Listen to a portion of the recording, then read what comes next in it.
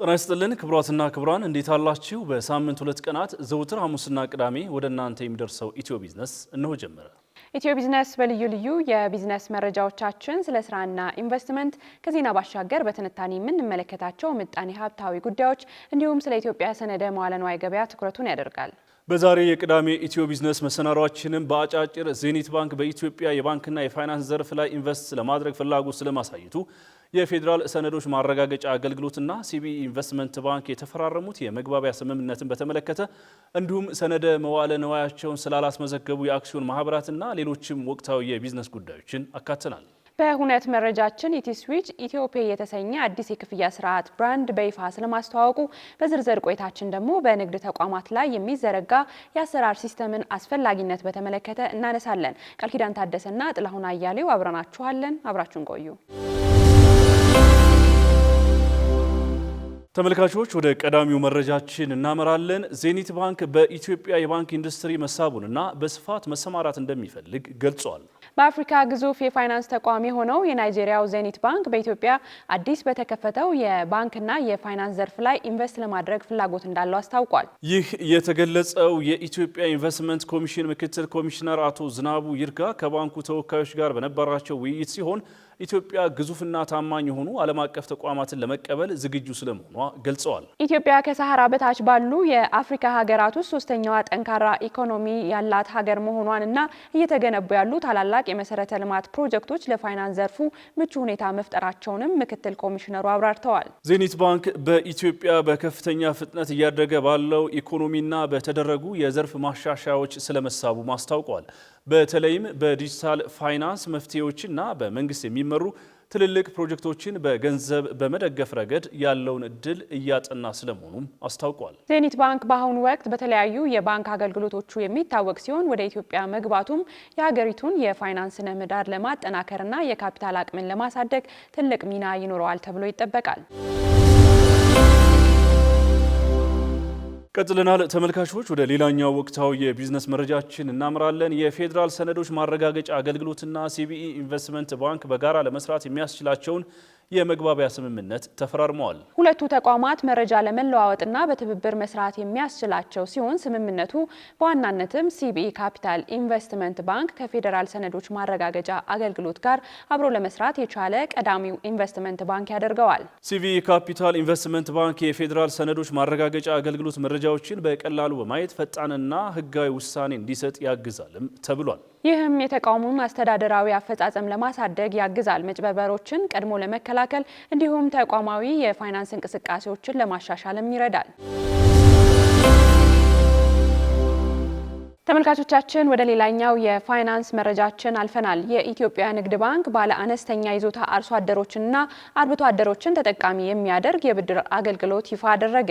የኢትዮጵያ ንግድ ባንክ ፕሬዝዳንት ተወካይና የኮርፖሬት አገልግሎት ኤክስኪዩቲቭ ምክትል ፕሬዝዳንት አቶ ኤፍሬም መኩሪያ በመርሃ ግብሩ ላይ በመገኘት የባንኩን ልዩ የግብርና ብድር አገልግሎት ይፋ አድርገዋል። ባንኩ ይፋ ያደረገው የብድር አገልግሎት ለሰብል ምርት፣ ለእንስሳት እርባታ፣ ለእቃ ማከማቻ ደረሰኝ፣ ለወተትና የወተት ተዋጽኦ ምርቶች፣ ለአትክልት ፍራፍሬና አበባ ልማት እንዲሁም ለግብርና ማሽነሪዎች ወይም መሳሪያዎች ግዢ የሚያገለግል መሆኑን አቶ ኤፍሬም ተናግረዋል። ለግብርና ሴክተር ከፍተኛ ትኩረት በመስጠት ለትልልቅና ለመካከለኛ እንዲሁም ለአነስተኛ የግብርና ፕሮጀክቶች በአነስተኛ ወለድ መጠን የብድር አቅርቦት፣ ለማዳበሪያ ግዢ፣ ለተለያዩ የግብርና ግብዓቶች፣ ማሽነሪዎች እንዲሁም የግብርና ኬሚካል ግዢ የሚውል የውጭ ምንዛሬ ብድር ሲሰጥ መቆየቱንም አንስተዋል። ባንኩ አሁን ላይ ይፋ ያደረገው የግብርና ብድር ቀደም ሲል በግብርና ዘርፍ ለተሰማሩ ባለሀብቶች ከሚሰጠው ብድር በተለየ ግለሰብና በቡድን የተደራጁ አርሶ አደሮችና አርብቶ አደሮችን በቀጥታ ተጠቃሚ የሚያደርግ መሆኑንም አቶ ኤፍሬም ገልጸዋል። ለበርካታ ሴቶች የስራ ዕድል የሚፈጥር እንዲሁም የከባቢ ብክለትን የሚከላከል የስራ ፈጠራን ከገበያ ጋር የሚያስተሳስር አውደ ርዕይ ተካሂዷል። ይህ አውደ ርዕይ ኤስኤንቪ ኔዘርላንድ የተባለ ዓለም አቀፍ ግብረ ሰናይ ድርጅት በሌዊ ፕሮግራም ከአንዴ ማማ ማኑፋክቸሪንግ ኃላፊነቱ የተወሰነ የግል ማህበር ጋር በመሆን ያዘጋጀው ነው። አውደ ርዕዩ ለድርጅቶችና ግለሰቦች ለተለያዩ አገልግሎቶች የሚውሉ ከአገለገሉ ወረቀቶች የሚሰሩ የስራ ፈጠራ ውጤቶች የቀረቡበት ሲሆን መድረኩ የተለያዩ ዝቅተኛ ገቢ የሚተዳደሩ ሴቶችን የሚያግዝ ከፍተኛ አማራጭ ነው። ስራው ከባቢ አየር ላይ ጭምር ጉልህ አስተዋጽኦ የሚያበረክት በመሆኑ የተለያዩ አጋር ድርጅቶችም በዚህ ላይ በጋራ ለመስራት መስማማታቸውም ተገልጿል። ተመልካቾቻችን ወደ ሌላኛው የሁነት መረጃችን አልፈናል። ንብ ኢንተርናሽናል ባንክ ከወለድ ነፃ የባንክ አገልግሎት መስጠት የጀመረበትን 10ኛ ዓመት እያከበረ ይገኛል።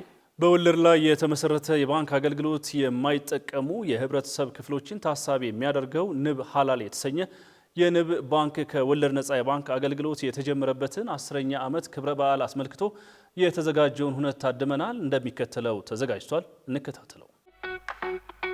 በኢትዮጵያ 4 ባንኮችና 8 ማይክሮ ፋይናንስ ተቋማት ሙሉ ለሙሉ ከወለድ ነፃ የባንክ አገልግሎት በመስጠት ገበያውን ተቀላቅለው እየሰሩ ሲሆን በተመሳሳይ አገልግሎቱን በመስኮት ደረጃ የሚሰጡ የፋይናንስ ተቋማት ቁጥርም 48 ደርሷል። ከነዚህ 48 ተቋማት ውስጥ 25ቱ ባንኮች ሲሆኑ ንብ ባንክም ይህንን አገልግሎት ላለፉት 10 ዓመታት ሲሰጥ ቆይቷል። ባለፉት 10 ዓመታት ውስጥ ከወለድ ነፃ አገልግሎታችንን በአገር አቀፍ ደረጃ አስፋፍተናል። በመቶ ሺህ የሚቆጠሩ ደንበኞችን አገልግለናል። ለንግድ ማህበረሰቡና ለአነስተኛና መካከለኛ ድርጅቶች ዘላቂ የፋይናንስ መፍትሄዎችን አቅርበናል። እንዲሁም የፋይናንስ አካታችነትን በተግባር አረጋግጠናል። ከወለድ ነፃ አገልግሎት በተለይ በሀገር ደረጃ ከተመለከት ነው ከመስኮት አገልግሎት ተነስቶ አሁን ሙሉ ለሙሉ ከወለድ ነፃ አገልግሎት የሚሰጡ ባንኮች የተመሰረቱበት ደረጃ ደርሰናል።